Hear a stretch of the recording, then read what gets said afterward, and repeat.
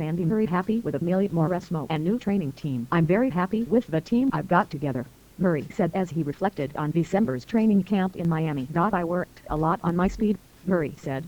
I've read a lot about how you should divide your time working on strengths and weaknesses, and I feel like my speed is a big strength of mine and something I should work on a lot. When I move well, I tend to play well.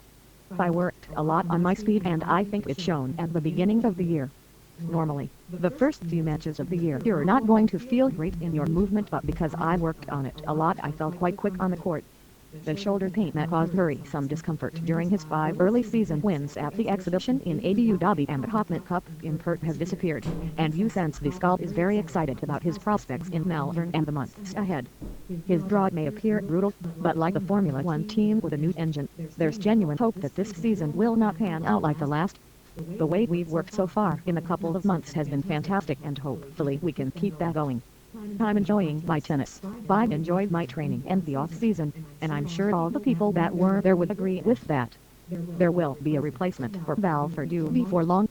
Mauresmo's former coach Loïc Curto told French newspaper L'Equité last month that his one-time star pupil has founded him out about a role, although for the moment he remains committed to the French player Julien Benneteau. Murray's fitness program is currently exclusively in the hands of Matt Little, a longtime member of the team, and lead strength and conditioning coach at the Lawn Tennis Association.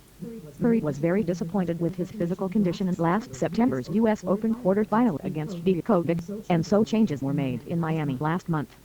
Sandy Murray has arrived in Melbourne in great shape and in great form, and with the memory of a very important conversation still fresh in his mind. After a spirited run to qualify for last season's World Tour finals, the year ended abjectly with a 6-0 6-1 defeat by Roger Federer in London.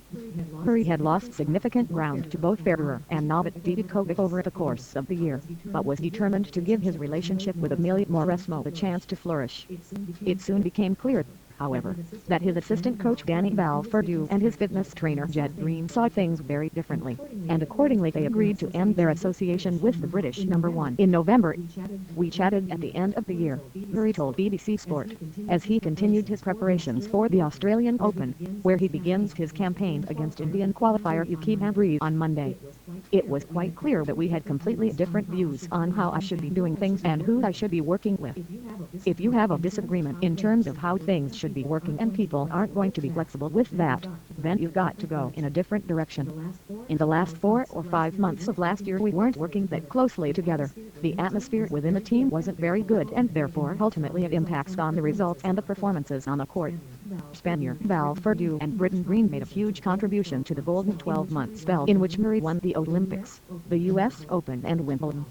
Val Perdue's coaching talents have since been recognized by Thomas Burdise, allowing Murray to try to foster an environment in which Mauresmo's ideas have room to thrive.